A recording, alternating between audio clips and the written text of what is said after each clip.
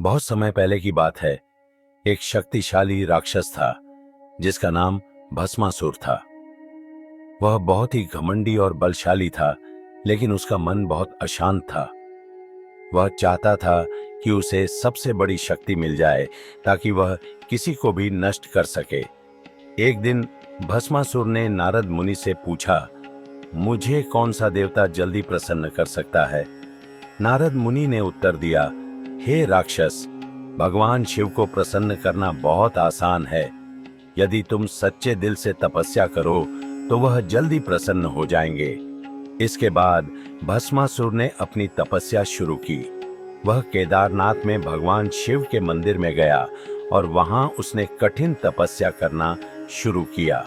भस्मासुर ने अपने शरीर से मांस के टुकड़े निकालकर अग्नि में अर्पित किए और लगातार प्रार्थना करता रहा। उसका उद्देश्य भगवान शिव को प्रसन्न करना था। दिन ब दिन उसकी तपस्या इतनी कठिन हो गई कि भगवान शिव ने उसे प्रसन्न होकर दर्शन दिए। भगवान शिव ने कहा, तुमने बहुत कठिन तपस्या की है। तुम मुझसे जो भी वरदान मांगोगे वह तुम्हें मिलेगा। भस्मासुर ने भगवान शिव से वरदान मांगा, हे महादेव, मुझे ऐसा वरदान दें कि जो भी मैं अपने हाथ से सिर पर छू लूं वह तुरंत जलकर भस्म हो जाए। भगवान शिव ने उसे यह वरदान दे दिया, लेकिन उन्होंने चेतावनी दी, इस शक्ति का इस्तेमाल समझदारी से करना।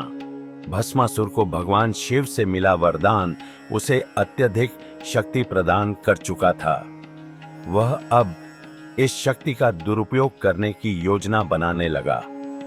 उसने सोचा कि अब वह भगवान शिव को ही नष्ट कर डालेगा, क्योंकि उसे विश्वास था कि उसकी नष्ट करने की शक्ति अजेय है। भस्मासुर ने अपना हाथ उठाया और भगवान शिव को मारने की योजना बनाई। भगवान शिव, जो अत्यंत दयालु और करुणामय हैं, यह समझ गए कि अब उनका समय संकट में है। भगवान शिव जानते थे कि उन्होंने भस्मासुर को जो वरदान दिया था वह वापस नहीं लिया जा सकता।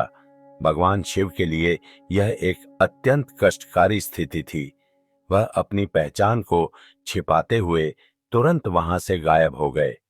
भगवान शिव ने यह निर्णय लिया, क्योंकि वह न तो भस्मासुर से अपने वरदान को वापस ले सकते थे और न ही किसी अन्य उपाय से उसे रोक सकते थे।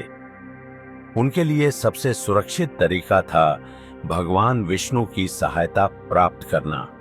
भगवान शिव ने भगवान विष्णु से सहायता मांगी। भगवान विष्णु ने मोहिनी रूप धारण किया और भस्मासुर के पास गए।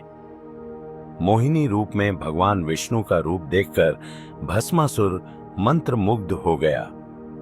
मोहिनी ने भस्मासुर को नृत्य करने के लिए कहा और भस्मासुर ने भी उसकी नकल करना शुरू कर दिया।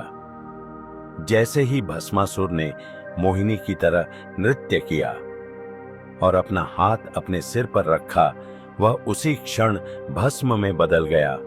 भगवान विष्णु की योजना सफल हो गई और भस्मासुर का विनाश हो गया। भगवान शिव भी सुरक्षित हो गए। इस कहानी से हमें यह सीखने को मिलता है कि कोई भी शक्ति और अहंकार का दुरुपयोग विनाशकारी हो सकता है और भगवान की योजनाएं हमेशा सही होती हैं।